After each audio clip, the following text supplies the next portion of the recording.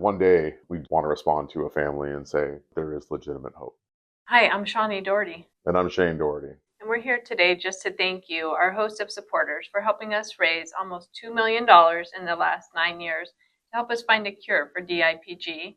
One of our key fundraisers throughout the year is our annual HopeThroughHollis golf tournament, where we raise the greatest amount of money for our HopeThroughHollis Foundation and the HopeThroughHollis Fund. It's a great way to bring people together to support our family, to remember our son, Hollis, and his legacy and the purpose that he serves. I'm thrilled to give you an update that the support that's come via the HopeThroughHollis Fund has allowed us to move forward with liquid biopsies to better track tumor behavior on kids under therapy, so we know what's working or if it's not working. Such a valuable tool. And then in the labs, we've also been working on molecular signatures of vulnerability of DIPG cells to specific therapies.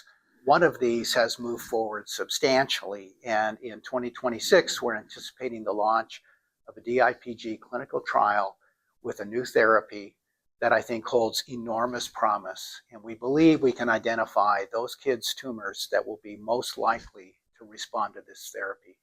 Hope burns eternal, and in this case, we're holding on. Thank you for your support. Sitting down at a conference room table at TGen and listening to Dr. Michael Berens speak about the progress that we're making.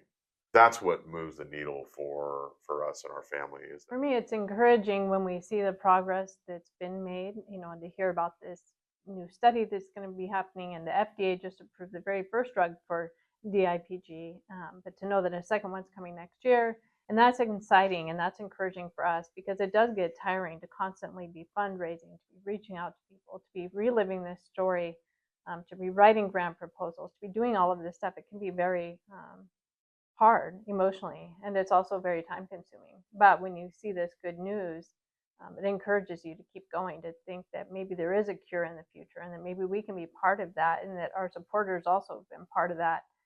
But for the last 10 years, families and friends continue to choose us, and they continue to choose our cause. And for that, we cannot reiterate how important that is to our mission, but also as a mother and father who has lost their son. We're so grateful that people continue to fight for us.